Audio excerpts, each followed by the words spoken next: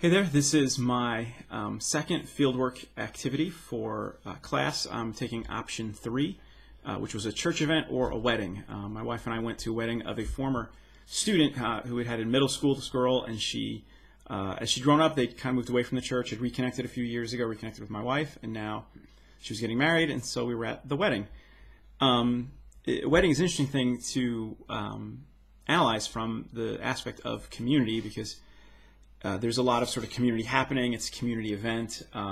You had the wife's community and, of course, his husband's community, sort of their friends and whatever coming together. But it also kind of reflected that even though it was in town and they live, I think, in Wisconsin, he does at least, and that's where she's moving to, that she kind of maybe lost some connection because it seemed a lot of his family and friends were there more than hers. But thinking through sort of the different values, weddings are interesting that way, and so like hospitality, it feels like that's kind of one of the major focuses of a wedding, a modern wedding, in this wedding, wanting the guests to feel welcome, which is, I don't know, like weddings are also about celebrating the couple. We're not the focus of the attention, but they really want to make sure they're being hospitable. So there's hospitality there, but sometimes it seems stressful, right? Weddings are that way. People want it to be perfect.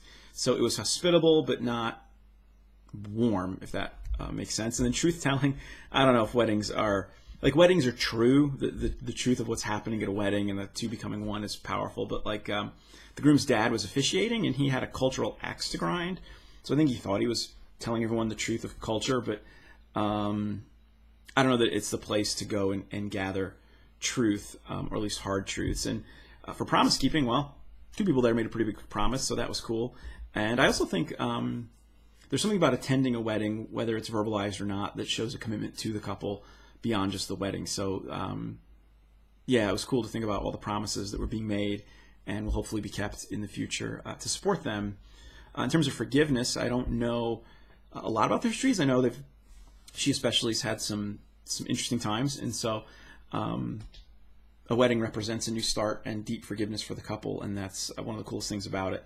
So that's neat. So definitely forgiveness is a part of that for those two, not for the community at large, other than maybe, well, I guess this is it. There was a family who had left our church, my church, and it kind of didn't go well when they left. And there was something healing. We didn't discuss it, but they were at the wedding and we got to connect and catch up. And there's something healing about that, something reminding that we're bigger than our differences. So there was, I think, layers of forgiveness to that.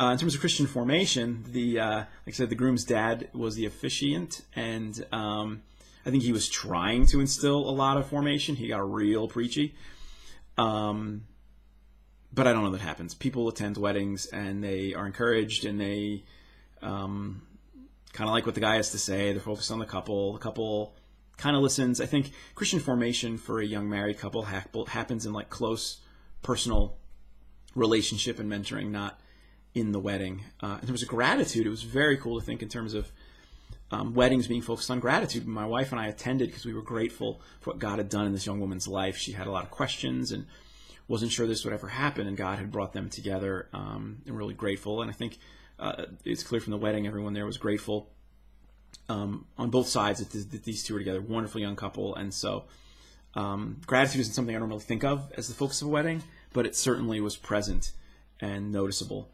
And then testimony, while, toasts at weddings, and these were as cheesy as ever, untrained groomsmen and bridesmaids prattling on about how much they love their friends and making bad jokes, they do give testimony to strong bonds and deep friendships.